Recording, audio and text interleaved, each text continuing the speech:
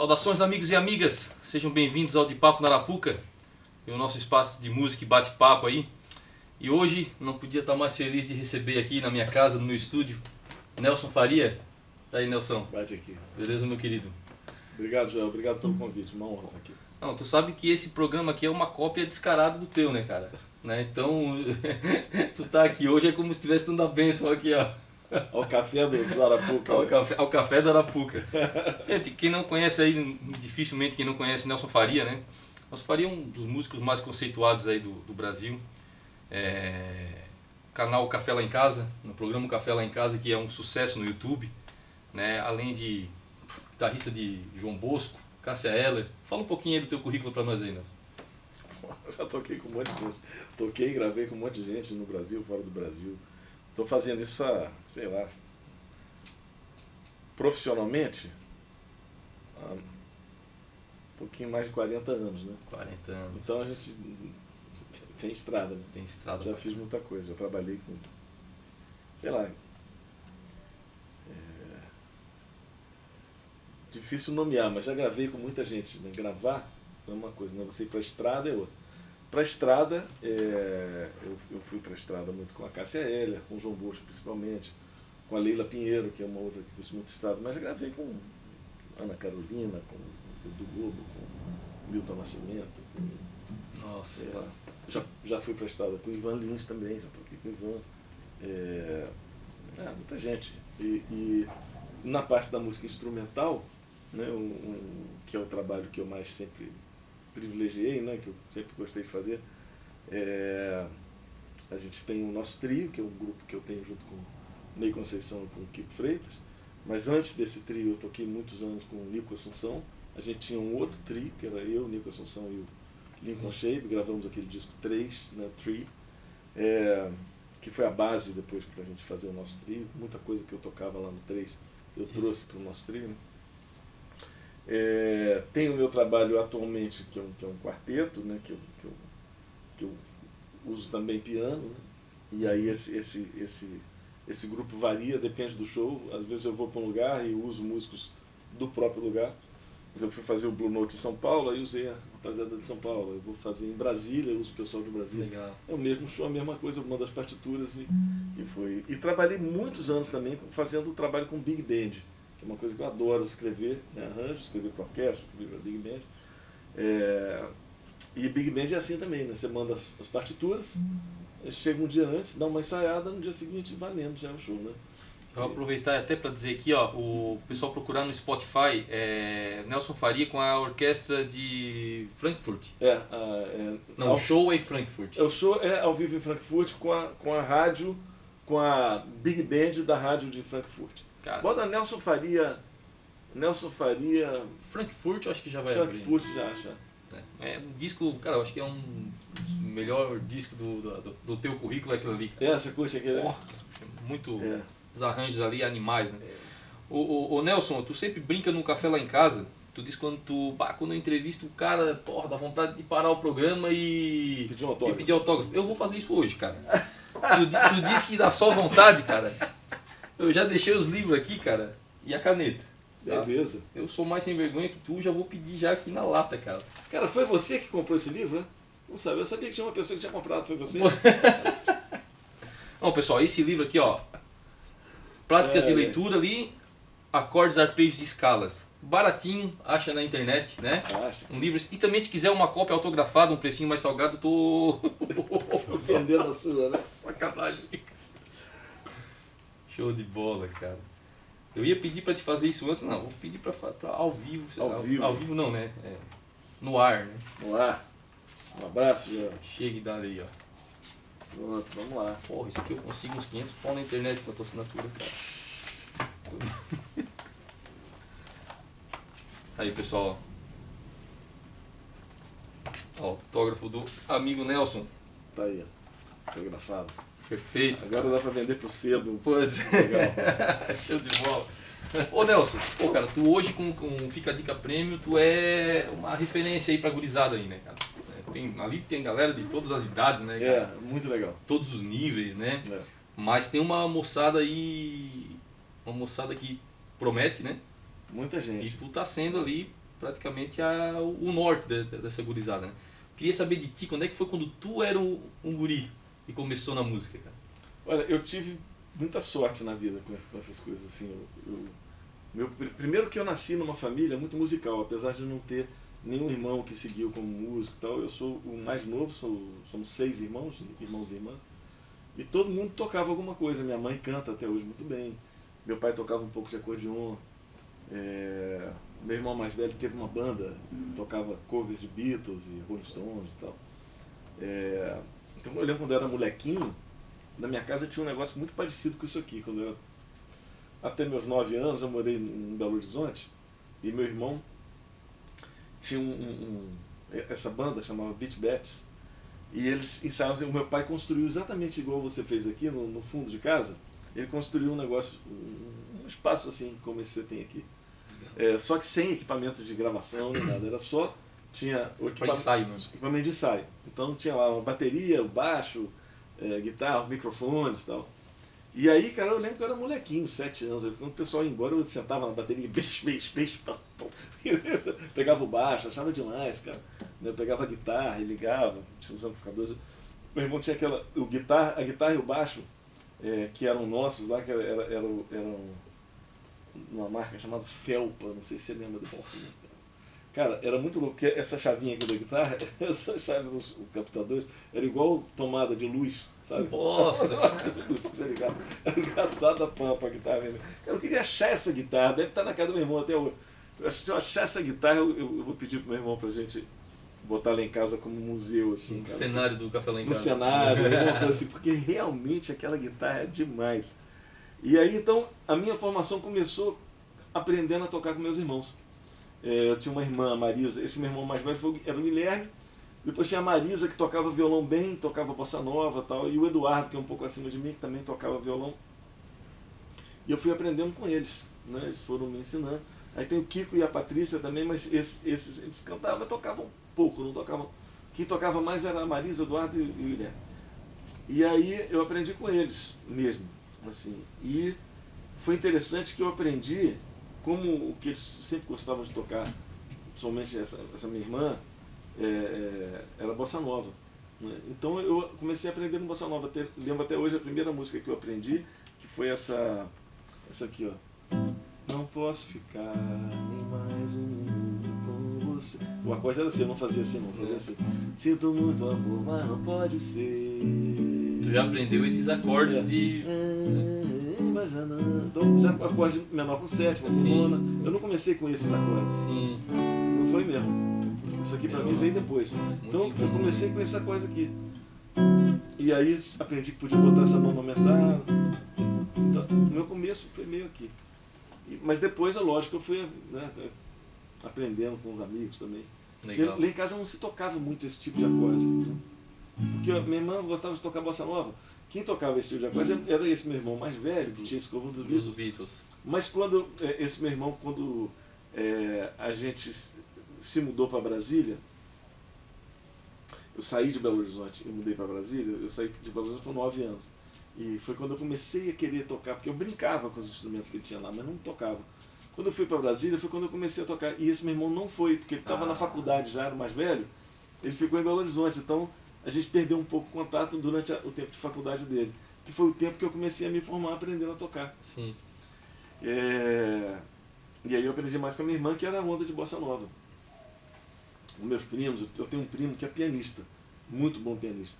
E ele me ensinou a jogada mais importante da minha vida. Assim, eu tô te falando lá de trás as coisas que eu aprendi. Sim. E que foram decisivas mesmo para minha vida, né?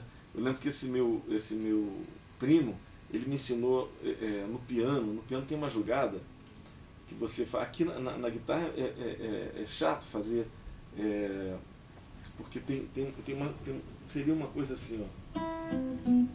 Por exemplo, fazer isso aqui, ó. O mi, dó, seria esse acorde. Esse acorde aqui na guitarra, no violão é chato, fazer no piano é muito fácil, né? Eu lembro que meu primo me ensinou esse acorde. O início do arpejo parece o Carlos Gomes, né? Pam, pam, pam. O ritmo. E aí no piano tinha uma jogada que ele fazia assim, eu tinha esse mi, dó, si, lá, né? Aí ele dizia assim, eu tenho esse mi, dó, sol, que é um dó maior, né? Se você mudar o si, desculpa, mi, dó, si, sol, se mudar o si pro lá, vira um lá menor, né? E vira mesmo, né? Aí, mas só que no piano é muito fácil, cara. Você pega no piano aí, quem tiver aí, Sim. Pega aí, eu faço mi, dó, si, lá. Conchinha, né? Mi, dó, si, sol. Depois você pega mi, dó, lá, sol. Aí fica mi, dó. Vira um lá menor.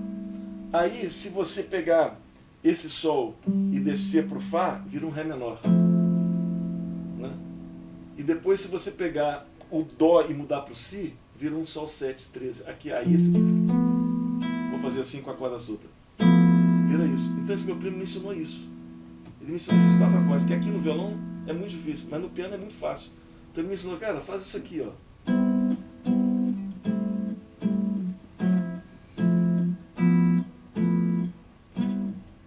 Facinho de fazer no piano. E já com um som legal, né? Sim. 13ª, nonas e tal. Aí ele me ensinou isso e falou assim, Nelson, com isso aí dá pra você tocar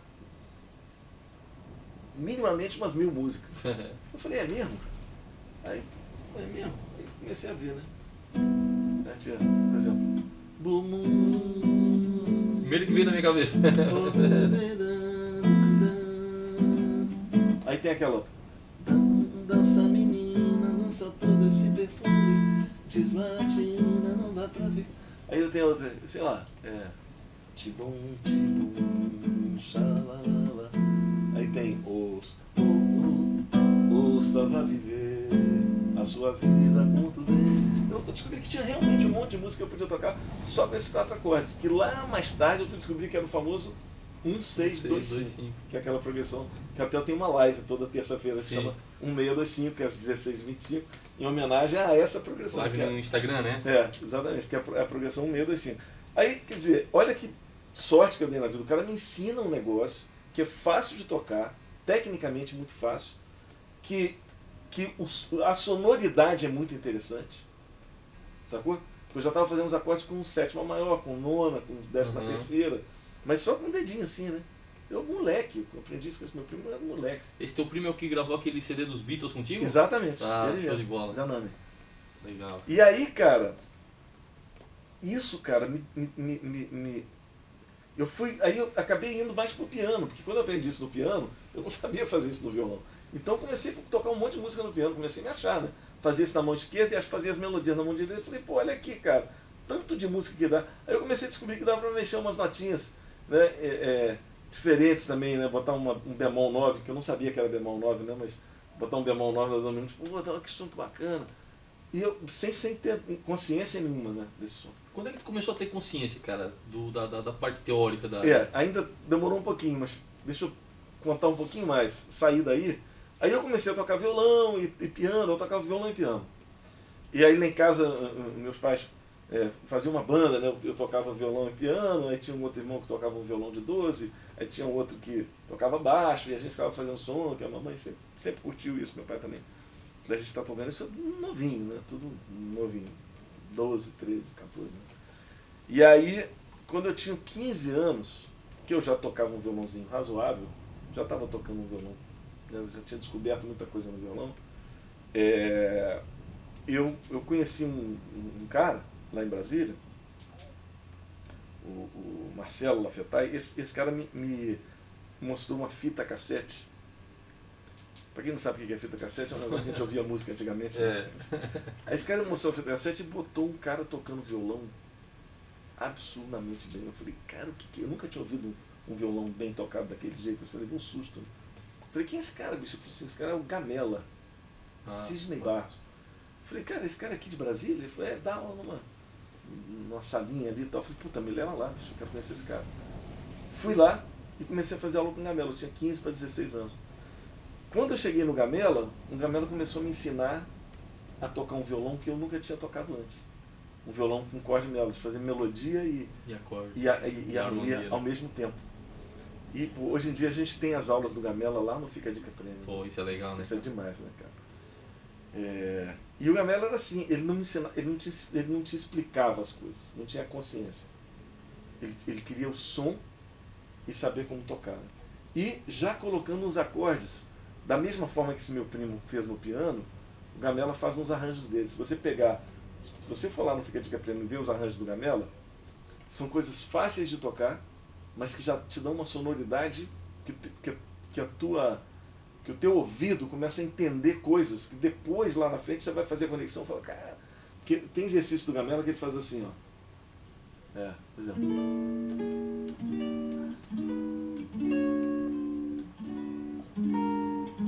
sei se você já viu esse tipo de exercício, tem lá na... Ou então ele faz...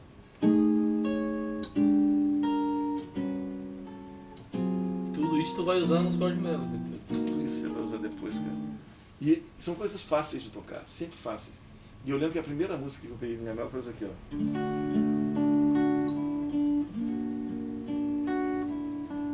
É.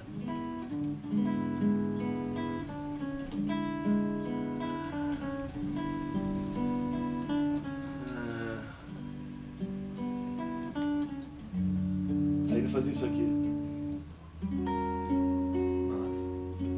Olha o acorde que ele pôs. Já um... Eu não sabia que acorde era esse. Um Lá7, 13, bemol com a 13ª nona menor, né? Mas eu conseguia fazer o acorde, porque é fácil de fazer. Uhum. E aí, só que isso ia ficando no ouvido da gente, né? Isso tá lá no Fica a Dica Bema. Exatamente essa. É, foi o primeiro que eu aprendi. Assim, falei, caraca, que loucura isso aqui é. Porra, e eu comecei a tocar essas coisas. E aí comecei a me destacar como violonista. As pessoas começaram a me ouvir, porque eu comecei a tocar umas coisas de violão solo, aqueles arranjos do Gamela todos, né? Uhum. E aí eu comecei a achar que tocava bem. Todo mundo falando, né? Ah, não dá, que aqui, pô, tô tocando direitinho. Tá, né? Só que eu não tinha uma referência da profissão de músico. Eu não sabia, eu tinha um medo danado, porque lá em casa não tinha ninguém que era músico. Meu pai é engenheiro, meus irmãos, dois engenheiros, um outro administrador. Então, assim, eu não tinha muito essa ideia. Eu falei, cara, como é que o pessoal vive de música? Eu tinha um medo, cara, medo mesmo. E aí eu lembro que conversei com meu pai, pô, o que eu faço? Eu gosto de tocar. Meu pai falou, não, bicho, faz uma... Você gosta de que mais? Eu falei, eu gosto de história, eu gosto de matemática, eram as matérias que eu gostava quando era... Eu falei, então faz economia. Tem a ver com história, tem a ver com matemática. Eu falei, vou fazer economia. Eu peguei e fiz vestibular para economia. Eu tinha 17 anos. Que loucura. Fiz e passei. Entrei para a faculdade com 17. E aí, fiquei e continuei tocando. Só que eu comecei a tocar na noite. Porque eu já tinha repertório. Sim. Comecei a tocar na noite, comecei a tocar com esse meu amigo que me apresentou, o Gamela. Depois com a Zélia, com uma flautista, com a Adriana. E a Adriana era uma amiga minha que tocava flauta muito bem, aí a gente se conheceu, aí começamos a tocar junto, aí começamos a tocar na noite. E depois uma outra amiga minha de colégio, que era hoje a Zélia Duncan, né? Mas era minha colega de colégio, a gente era moleque, amigos, né?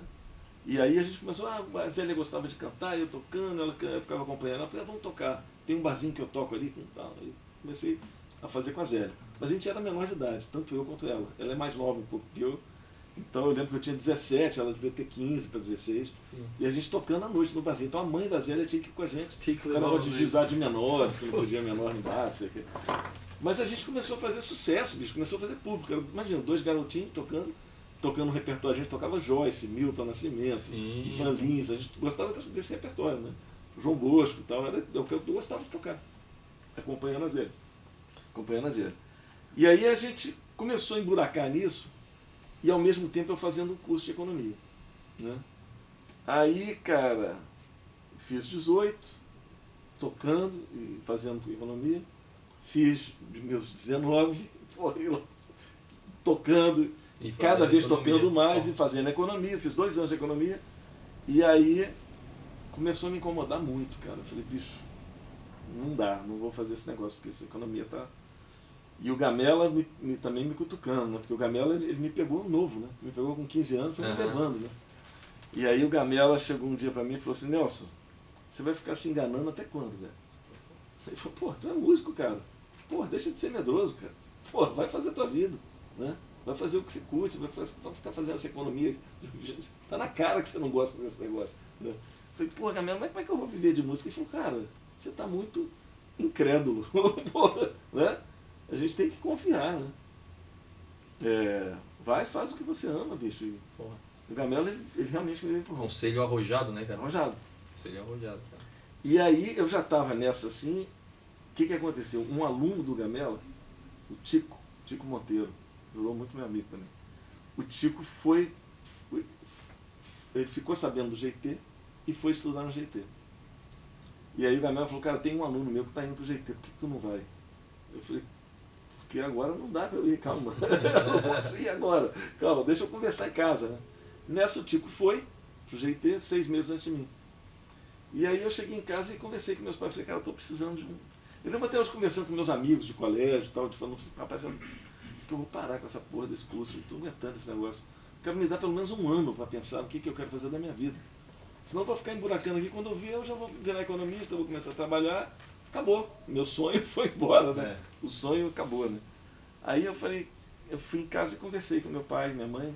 Eu lembro que eu cheguei e falei, cara, tô querendo parar. Nossa. Porque eu tô querendo fazer música e tal, pelo menos parar um tempo e tal.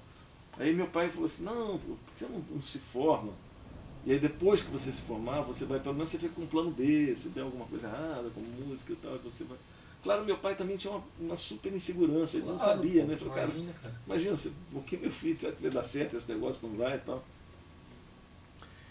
E como, porque na minha casa, como a maior parte das famílias, né, que não tem nenhuma vivência de ter um músico profissional na casa, na minha casa as pessoas achavam que o músico, ou ele era um cara de sucesso, tá na televisão, tá no rádio, não sei o quê, ou ele tá morrendo de fome. Não, era um fracassado, né? Era um fracassado, não tinha um meio termo.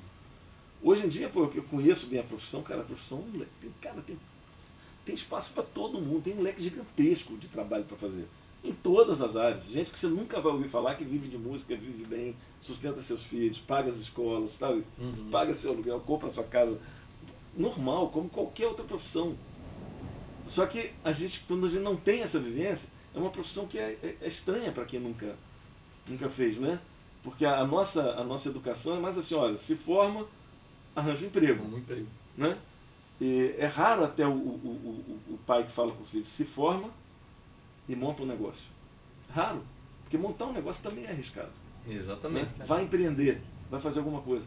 E essa mentalidade eu sinto que precisa mudar. Com meus filhos, desde pequeno, eu falava com eles, falei, cara, esquece esse negócio de emprego. Emprego não vai existir.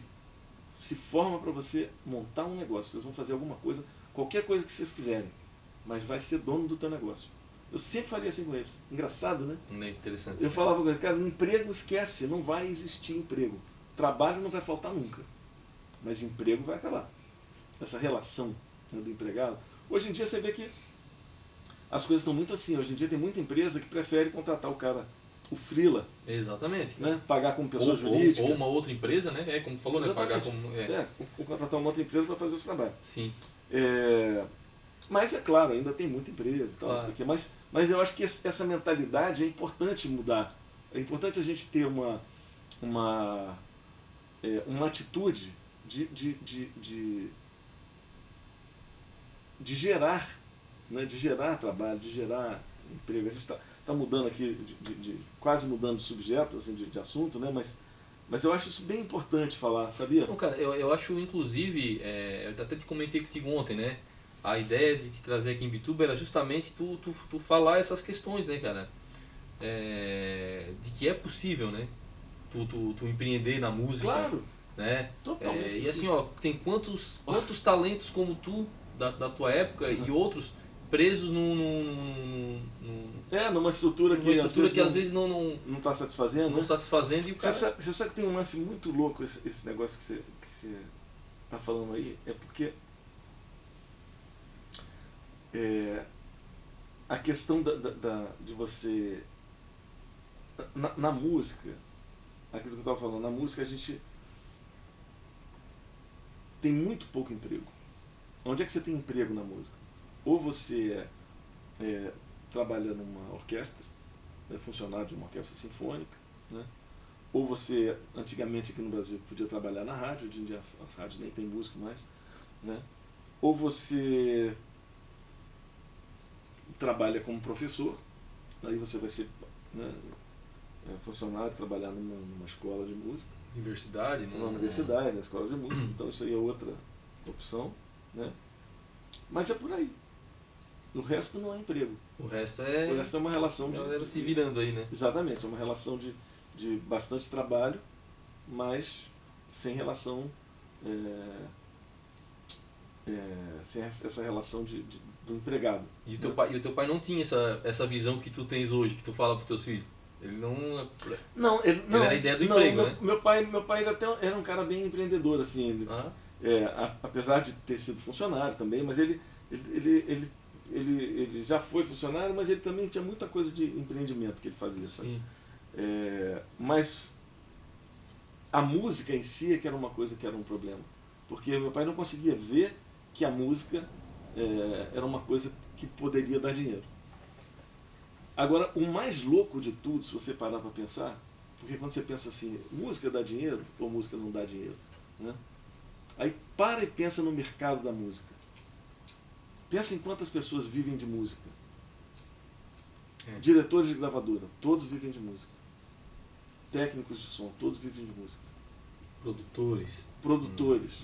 Contratantes. Produtores no sentido amplo, né, cara? Porque tem produtor, né, de fonograma, tem produtor de shows, tem produtor, né? Todos vivem de música. Todos vivem de música. Fábrica de CDs viviam de música. O Spotify vive de música, o dono do Spotify vive de música, todos os funcionários do Spotify vivem de música. A Apple, eu tenho um exemplo que eu acho que é ótimo, que eu gosto de falar, não sei se a Apple, a fábrica de, hoje em dia faz o iPhone, que faz computadores, etc. A Apple teve uma época que ela ia decretar falência, não sei se você lembra disso. A Apple, ela quase decretou falência. O Steve Jobs saiu, foi colocado para fora da Apple, eles montaram como é que chama? Uma diretoria que estava presidindo a Apple, um grupo de pessoas, e tiraram o presidente, tiraram o dono da Apple. Ele continuou sendo dono, mas saiu da parte de gestão. Que eles achavam que ele era muito maluco e tal. E aí começaram a mudar um monte de coisa na Apple, e a Apple começou a... ia quebrar. Estava mesmo quase anunciando a bancarrota. Aí chamaram o cara de volta. O que a gente faz? Sei que. O que a Apple inventou? A Apple inventou duas coisas que salvaram ela, mas a principal e mais barata, a Apple inventou um aparelhinho que salvou a Apple da falência, esse aparelhinho. Esse aparelhinho, ele não era telefone, ele não conectava à internet, ele não fazia nada disso. A única função desse aparelhinho era ouvir música. Chamava iPod. Sim. O iPod salvou a Apple da falência. A única coisa que esse cara fazia era ouvir música. Aí eu te pergunto, se a música salvou a Apple da falência, será que música dá dinheiro? Né? Pensa os caras que fabricam caixa de som, headphones, amplificadores, mesas de som, fábricas de teclado, fábricas de violão. A Tajima vive de quê? De música. A Fender vive de quê? De música. Você acha que não dá dinheiro a Fender? Não se restringe, não se restringe ao meio artístico, né? Só tocar é só o músico. O que acontece? Eu vou te falar quando é que foi que eu cheguei a essa, que eu entendi essa todo esse meio de produção da música. Quando eu gravei com a Cássia Eller, o primeiro disco dela, quando a Polygram foi lançar a Cássia Eller, antigamente tinha muito negócio, Ilha de Caras, você lembra disso? Cara, tinha uma revista chamada Caras. A Ilha de Caras é uma ilha que tem lá em Angra dos Reis, que é uma ilha super famosa, uma coisa para high society, festas e tal, não sei o quê. A Polygram, quando ia lançar a Cássia, gravou o primeiro disco, ela fez uma convenção para lançar os novos artistas da Polygram. Na época eu não lembro qual mais estava lá. Tinha a Cássia e tinha o Zoli. Lembra do Zoli? Então ela levou esses artistas para fazer um show para diretores de gravadora, contratantes, donos de loja de música, loja de disco, etc. Ele fez uma super festa, bancadaça, e a gente foi lá fazer um show da Cássia para mostrar, isso aqui é a nova artista que está lançando disco. O Zoli, um novo artista que está lançando disco. Né? E a gente foi lá. E aí eu lembro que eu cheguei lá nesse lugar para tocar, um puta lugar chique, sabe? Muita grana, aquele super jantar, aquele buffet maravilhoso, aquele monte de gente. E eu olhei assim, eu lembro que eu falei para meus amigos, cara, esses caras todos vivem de música, bicho. A gente fica achando que é só músico que vive de música, né? Todos esses caras aqui vivem das notas que eu toco. Porque se eu não estivesse tocando, ninguém aqui estava ganhando dinheiro. Ninguém fazia dinheiro. O dono da fábrica de teclado não fazia dinheiro se não tivesse alguém para tocar.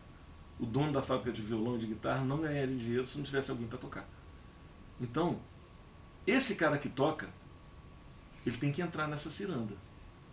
Eu saquei nesse dia, bicho. Olha que loucura, nesse dia. Eu tinha 20 e poucos anos. Nesse dia eu saquei e falei, cara, você sabe por que o músico tem essa coisa de não ganhar dinheiro? O músico. Porque o artista ganha. Era o músico que não ganha. Nós, músicos, éramos o único elo dessa corrente que não considerávamos a música um produto. Todos os outros, cara, o dono da loja de discos, o que é a música? É o meu produto que eu vendo. O dono do violão, o que é a música? É o produto que eu vendo. O dono da caixa de som, o que é a música? É o produto que eu vendo. O dono do iPod, é a música, é o produto que eu vendo. Né? Então o cara está vendendo um produto. O que é o produto dele? Um tocador de música. O cara vende um headphone de alta fidelidade. Para quê? Para o cara ouvir música. Então todo mundo aí, toda essa cadeia encara a música como um produto a ser vendido. E o músico não. O músico não, cara. A música é minha arte. Minha música arte, meu lance. Eu não quero vender isso. Quando você não quer vender o negócio, como é que você vai ganhar dinheiro? Impossível. Você só vai ganhar dinheiro com alguma coisa que você venda. Então você tem que vender o seu tempo, você tem que vender. Você sempre vende alguma coisa para você ganhar dinheiro. Né? E aí, nesse momento, eu saquei. Porque o artista, apesar de ser um artista, não sei o quê, quando ele entra na estrutura da gravadora, ele vira um produto e ele sabe disso. Claro. Muito bem. Se você assistir os artistas que eu entrevisto no Café lá em Casa, você vai ver como é que é a cabeça. Por mais artista que a pessoa seja, a Zélia Duncan, o programa da Zélia é muito legal e ela fala disso. Ela fala assim, Nelson, eu tenho um público que eu não posso decepcionar. Então quando eu faço um outro trabalho diferente, como ela lançou aquele disco Eu Me Transformo em Outros, que é um que ela gravou com o Yamadou, não, com o Gabriel Grossi, com o Hamilton de Holanda, sim, só tocando músicas diferentes do trabalho que ela faz na carreira pop dela. Assiste o programa. Ela fala assim, eu vou ali, dou uma beliscadinha e volto para o meu lugar. Dou uma beliscadinha e volto para o meu lugar. Porque eu sei que esse público aqui, eu não posso decepcionar. Esses caras estão querendo ouvir a música que eu mostrei para eles, que eu faço. Então, se eu chego num show, ela falou assim, eu insisti, quando eu lancei esse disco, eu insisti. Eu fiz uma turnê inteira, eu não tocava nenhuma música minha que era estourada. Tocava só as músicas desse disco. Cara, era difícil. Você via na cara das pessoas que as pessoas estavam assim, pô, é isso mesmo? Tem certeza? Então, o artista ele tem noção de que ele é um produto, por mais artista que ele seja, e a Zélia é uma artista, bicho, a Zélia é uma artista incrível, que eu tenho uma admiração gigantesca por ela. Você assiste um show, a Zélia consegue fazer, eu vi, por exemplo, um show dela que ela fez só com a obra do... Como é que chama? Lá de São Paulo? Tati? Esqueci o nome. Você vai ter que cortar esse pedacinho. Mas eu lembro que eu assisti assisto às vezes o show da Zélia, né? E eu lembro que um dia eu assisti o show dela e assim, vi o tanto de artista que aquela mulher é. Incrível. Agora, ela tem noção exata do que ela vale. Isso ela tem noção falando ali, exatamente. né, cara? O problema é o músico não ter noção de quanto ele vale. Então, se ele não tem noção de quanto ele vale, meu amigo, fica muito difícil a profissão. Então, essa mentalidade tem que ir mudando. Porque não é o contratante que vai dizer, cara. Não espera que o cara que toca aqui nas casas aqui, não espera que o contratante, não, bicho, se tu não chegar e te impor, não, cara, meu trabalho é Mas também não adianta você se impor, presta atenção, não adianta você se impor e dar prejuízo pro cara. E queimar o próprio filme. Queimar o próprio filme. Você tem que também achar esse ponto, né? Pô, quanto é que dá para pedir? Dá para pedir tanto? Talvez dê, talvez não. Talvez eu estou pedindo muito. Então, baixa um pouquinho. Né? Você vai achando. Uma vez o Jacques Figueiras falou um negócio na entrevista que eu fiz com ele também lá, no Café lá em Casa, que eu achei genial. Que ele falou assim, às vezes a pessoa me pergunta assim, pô, quanto é que vale o meu cachê? Ele falou, cara, aluga um teatro, aluga um lugar, vende ingressos e vê quanto que dá. pô, você vai saber quanto é que você vale. Anuncia, divulga, vê aí quanto dá. Deu tanto. Pô, você tem que dar alguma coisa pro cara que está te chamando. Né? Tem que sobrar alguma coisa pro cara. Então você vai achar um preço ali que vai dar para você e vai dar pro cara que está te chamando. Agora, se você faz isso e aí deu ninguém no lugar, pô... Alguma coisa está errada. Né? Não é que alguma coisa está errada, não dá para você pedir muito. Agora, se você tá lotando o lugar, opa, dá para pedir, legal. Né? Você tem que ver também, tem uma relação do contratante com o artista, que você tem que ver o seguinte, esse contratante está me dando visibilidade ou sou eu que estou dando visibilidade para ele? Porque se é ele que está me dando visibilidade, ele pode pegar uma parte maior. Agora, se eu sei que o cara está me chamando, mas quem vai dar visibilidade sou eu falo, então eu vou ficar com a parte maior, tu vai ficar com a parte menor. Cada negócio que você faz, você pensa de uma forma.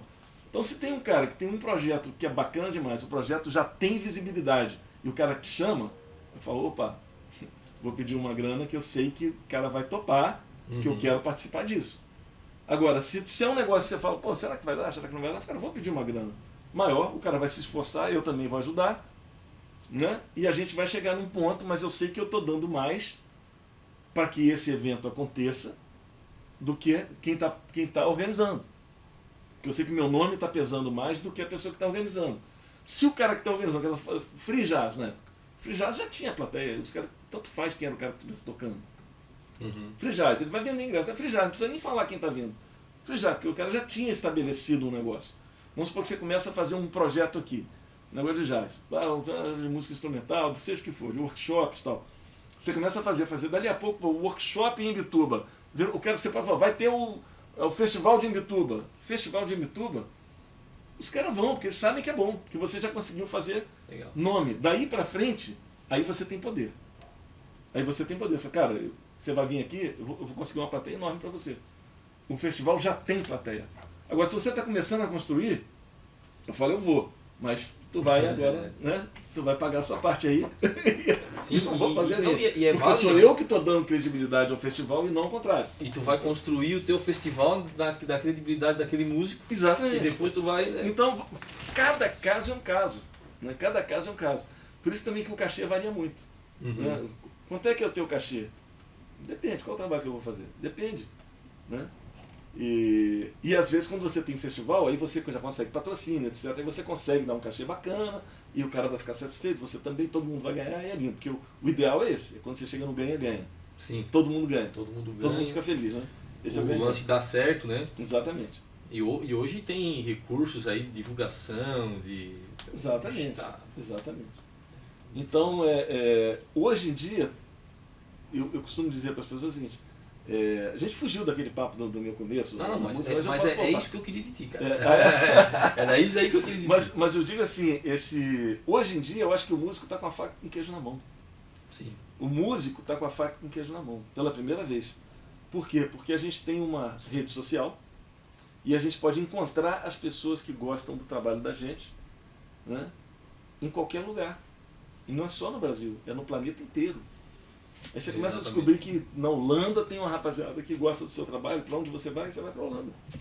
Vai lá fazer um trabalho. Não existe mais aquela coisa de que um único meio de tu lançar um fonograma era pelas gravadoras, né? Exatamente. Hoje o pessoal, muito artista independente aí aparecendo, né? Pro bem e pro mal, né? Pro bem. Não, mas né? É aquilo que tu falou, né? O jogo tá aí. O jogo tá aí. O jogo tá aí, né, cara? O jogo tá aí. As cartas estão na mesa, vamos jogar. Isso aí. Até o lance de te trazer aqui, cara, foi uma coisa inusitada, né? Dificilmente se traz um artista, né, do teu nível para uma cidade, né, pequena como a nossa, né? E pô, isso aí já é uma porta que abre, cara. Né? Então por isso que eu disse, é exatamente isso que eu quero de ti, que tu venha, chegue pros nossos músicos aqui da região e diga, galera, dá pra fazer. Né? Harmonia e improvisação, claro, vai ser o tema do workshop. Mas só que na verdade é um chamariz, cara. Eu gostaria muito que em um determinado momento uns 10, 15 minutos, tu abordasse isso.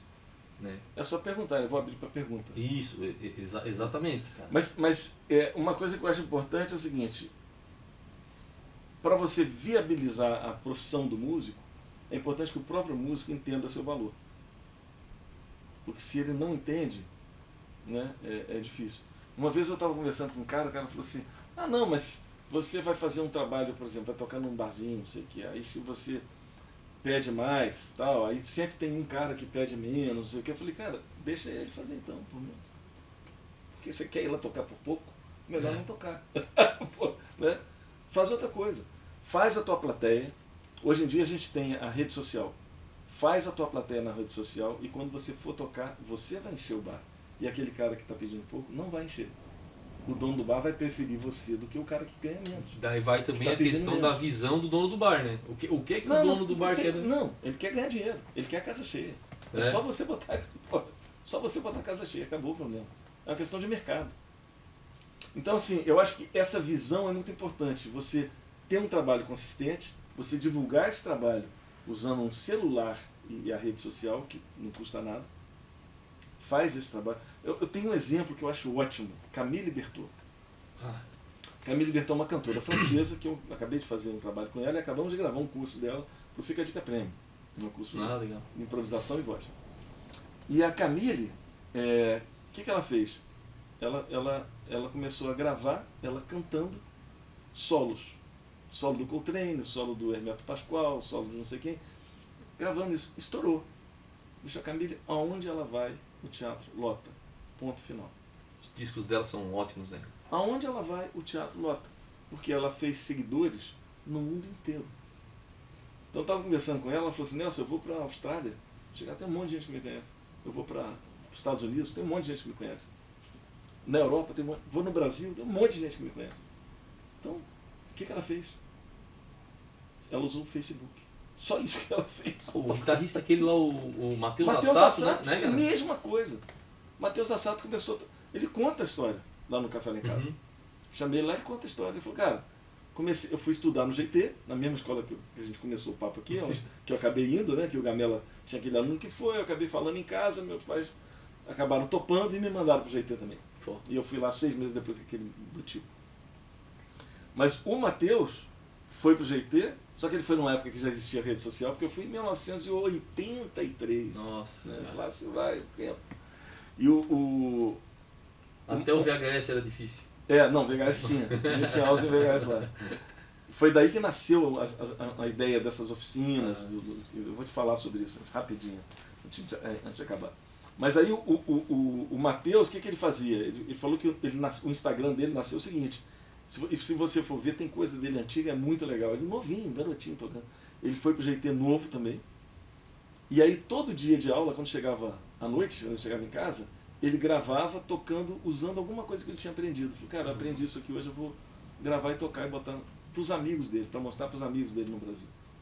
Foi fazendo, foi melhorando, foi fazendo, foi melhorando, foi os amigos, chamando os amigos, olha o que o Matheus está fazendo. De repente o cara bombou. O Instagram do cara estava com milhões de seguidores. E aí ele começou a ser chamado para tocar nas melhores gigs. Legal. O cara que fez um trabalho incrível. Como? Usando um celular e uma conta de Instagram. E já lotou, né? E essa ferramenta, ela já popularizou de tal forma que tem muito músico lá. Daí agora começa um outro processo. Porra, já tem um monte de gente fazendo aquilo. O que é que eu vou fazer para me destacar da galera que já está fazendo isso?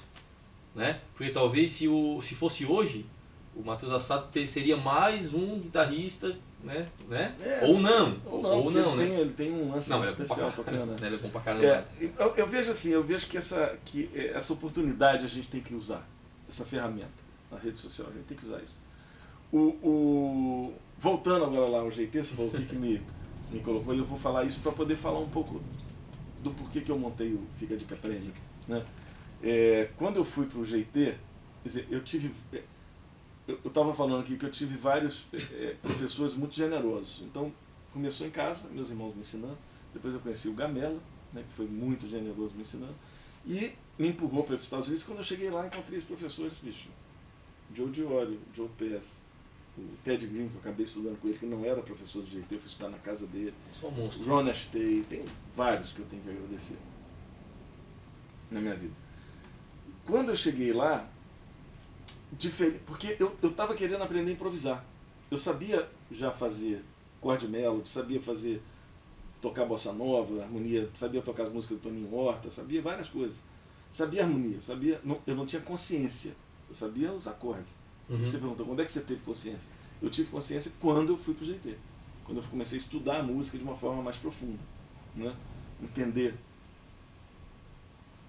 a música de uma forma mais profunda. E aí comecei a estudar música de uma forma ampla, né? Não só como guitarrista, mas também entendendo a música como um todo, né? A harmonia, a improvisação, como é que funciona e tal. E eu, cara, esse ano lá no GT ele foi totalmente decisivo. E o GT tinha uma forma de ensinar que era muito interessante, que era o seguinte: as aulas não era para você ir para aula para aprender nada. Você ia na aula para tirar dúvida. Você aprendia nas aulas em vídeo. A gente tinha uma videoteca, né? E aí você tinha lá, eu tenho foto disso, eu tenho aquele monte de televisãozinho conectadas a terminais de vídeo cassete, de fita.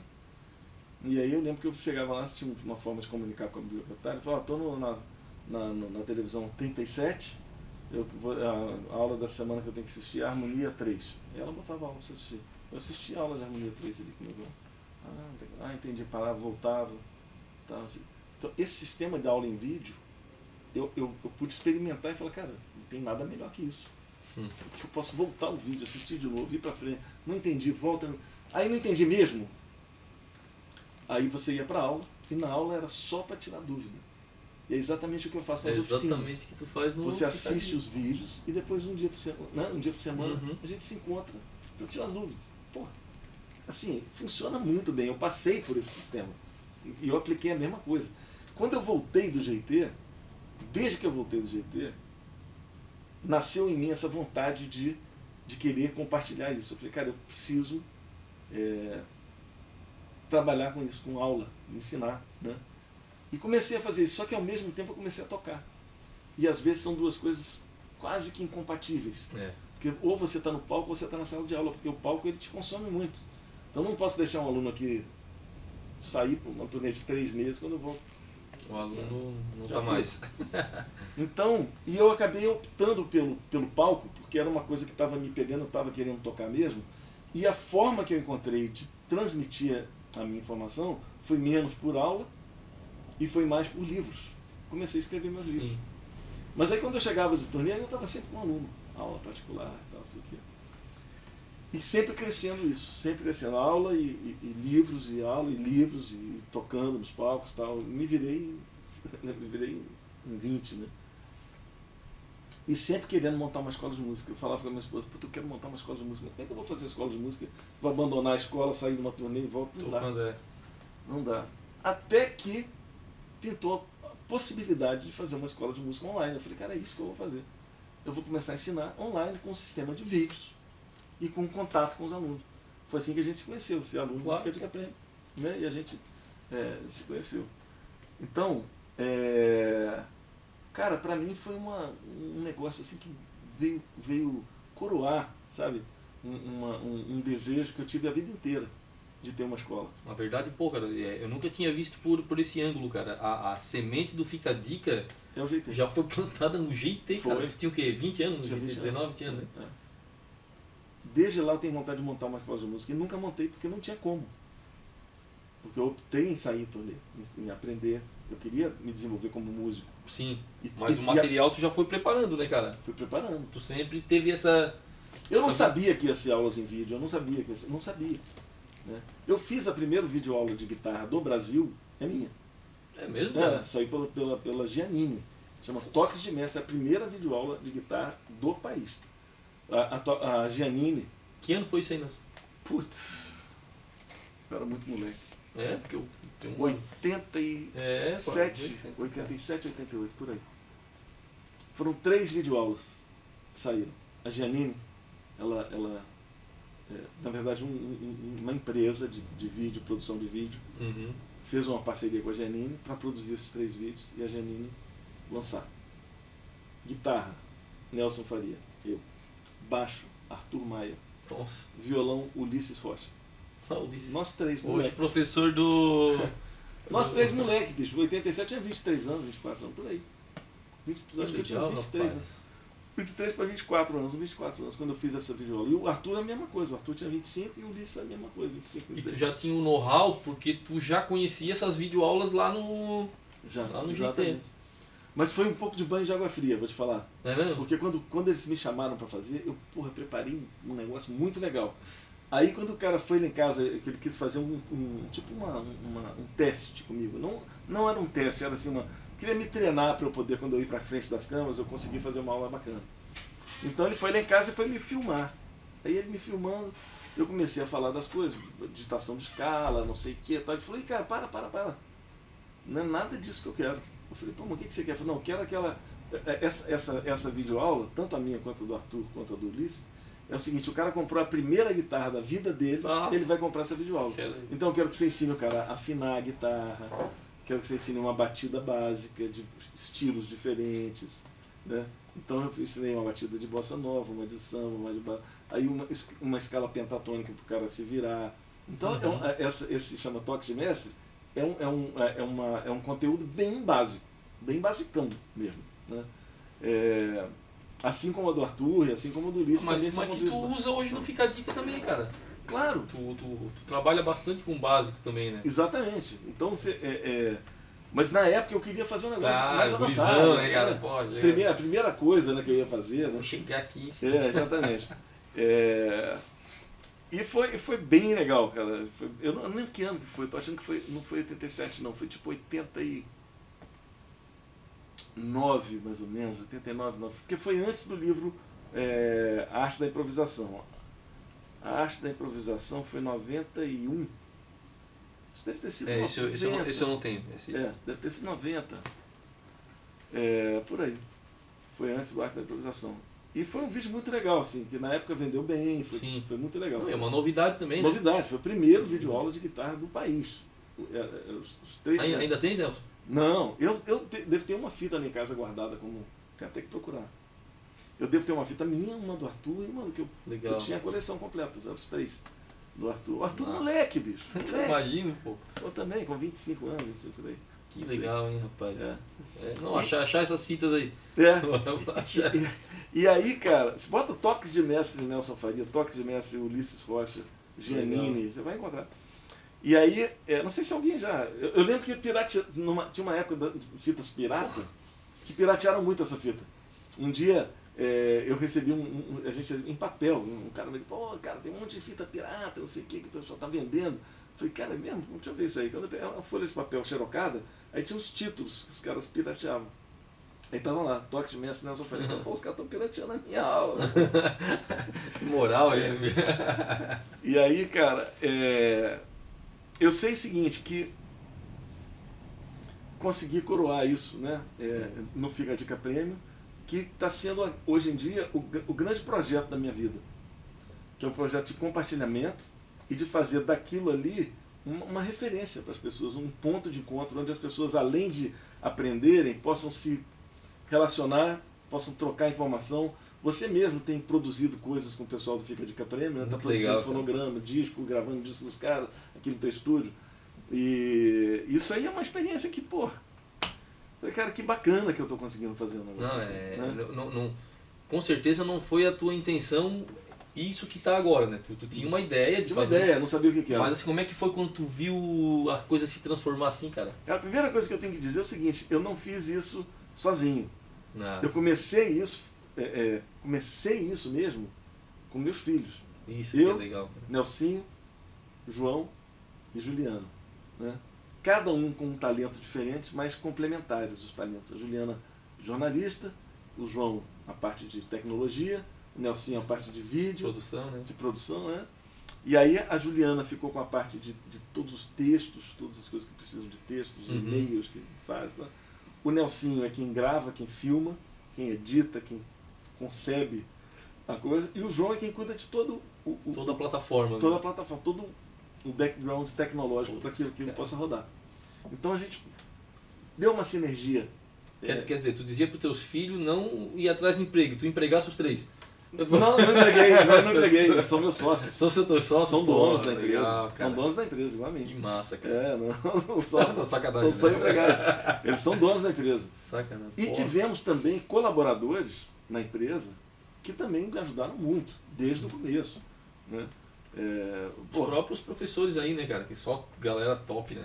E a concepção do Fica a Dica Prêmio, que eu acho que é interessante, é que vira uma grande sociedade. Uhum. Porque os professores é como se fossem donos, porque eles ganham percentual do que está acontecendo ali. A gente paga um royalty para os professores. Então o cara vai lá, se assiste a aula daquele professor, aquele professor está ganhando um percentual dele, em cima daquela aula. E acaba eles vestindo a camisa, né, cara? Exatamente. Ou a máscara, né? O Ney Conceição, a máscara dele na época da pandemia não fica dica. Exatamente, Ney, direto. Vestir a camisa ou a máscara, né? Pô, isso é show de bola, muito cara. legal. Ô Nelson, a gente tá avançando o tempo, a conversa aqui, e ele é a tarde toda, né? Com toda a tua experiência. Mas, basicamente, cara, o que eu queria ouvir de ti, de passar pra turma aqui, o pessoal que assiste o De Papo na Arapuca, né? O pessoal do workshop, era isso, cara. Esse encorajamento. Beleza, que bom. Esse encorajamento que tu dá, tu sabe dizer que não é simples, não é fácil, Não é fácil. mas é possível, né? É possível. É possível. Agora, se eu te perguntar uma coisa, o que é fácil, hein, cara? Tem alguma coisa que é fácil mesmo? Desconfia se for, né? Desconfia. Se for fácil, desconfia. O que é fácil, cara? Pô, foi fácil pra caramba te trazer aqui, né? Em Bituba. Foi mesmo? Cara, eu acho mais do que eu imaginava. Quantos anos você tá no Fica de Prêmio? A gente desenvolveu uma amizade, É. desenvolveu um relacionamento. Sim. Né? Pô, nossa, cara. Teus filhos também, a galera. Ali é um. Às vezes eu digo pros músicos aqui, pá, cara, mas eu não tenho tempo de. Eu falo assim, não fica a dica, cara. Não, mas eu não tenho tempo. Assim, não, cara, é pelo networking, bicho. E Tá o ligado, tempo, cara? eu vou te falar uma coisa. Tempo é uma questão de prioridade. É tu tá num sarau e o Menescal veio tu tocar. Né, cara? Isso aí é impagável, bicho. Exatamente. Aonde que tu vai conseguir pegar o teu trabalho E ter o Menescal e na o Menescal plateia. como plateia, cara? Que depois comenta. Comenta, o Ulisses, Pô, quem já teve ali nos sarais? Flávio Mendes. Flávio Mendes, Ulisses. Leila Pinheiro. A Lila já teve no Já sarais? teve no salão. Cris Delano, Menescal, Porra, cara. professores. Ney Conceição. Né? Então o Fica a Dica hoje é mais do que uma plataforma de ensino, né, cara? Ele é um espaço até inovador, né, bicho? Né? Porque tu dá atenção pra caramba, né? Isso aí é outra coisa que é louvável ali, galera pergunta lá no grupo, não, dá atenção mesmo, né, cara? Claro, lógico. E isso aí é lindo, né, cara? Então anota aí, moçada. Cadê? Fala aí. www.ficadicapremium.com.br. Passa lá para conhecer. É bom Assina, cara, assim, o preço da assinatura demais. É bobagem, né? até nem É vou uma falar muito, pizza. que é capaz de tu pensar assim, pô, é baixo pra aumentar. Na verdade, Não espanta, na né? verdade, ele vai fazer um reajuste aí daqui a pouco. Mas só, Vai mesmo, é? mas só que a gente tem essa mentalidade desde o começo. Uhum. Porque o preço já foi diferente, né? Já foi mais baixo, foi subindo, foi subindo. Só que se você assinou por um valor, eu subo pelos novos. Você continua pagando o valor. Olha que legal, rapaz. Eu não subo para você. Poxa, é muito Então bom, quando a cara. gente for subir, eu vou avisar. Fique esperto, assina logo no preço que tá, porque amanhã vai subir. Não vai ser amanhã, tá, gente? Mas eu vou avisar. Nem sei quando vai no ar também. É. Quem sabe até já subiu quando for. Pode ser, pode ser. Pessoal, Nelson Faria, até Falou, meio, gente. até meio surreal ver tu sentado Pode ser. no meu sofá aí. Cara, prazerzaço, bicho. Obrigado, foi um prazer. Um prazer a questão didática, musical, um prazer maior ainda tu ver tu ensinando meu filho cara a cara a tocar, porra, bicho, isso, né, cara, isso aí pra mim é um orgulho, Foi uma experiência muito bacana tocar contigo, tocar com o Miguel, né, que também é aluno lá no Fica a Dica Prêmio, e que agora a gente teve a oportunidade de aqui presencialmente ajustar umas coisinhas. Vamos ajustar um negócio aqui. Botei ele na fria pra tocar um blues que ele nunca tinha tocado. Aí ele saiu. Mas vai longe, se Deus quiser. É isso aí. Pessoal, Foi bacana. muito obrigado pela atenção aí, né? Esse foi o De Papo na Arapuca. E aplausos aí pro nosso grande amigo aí, e grande professor e a generosidade absurda, né? Pessoal, até o próximo De Papo na Arapuca. Valeu! Até.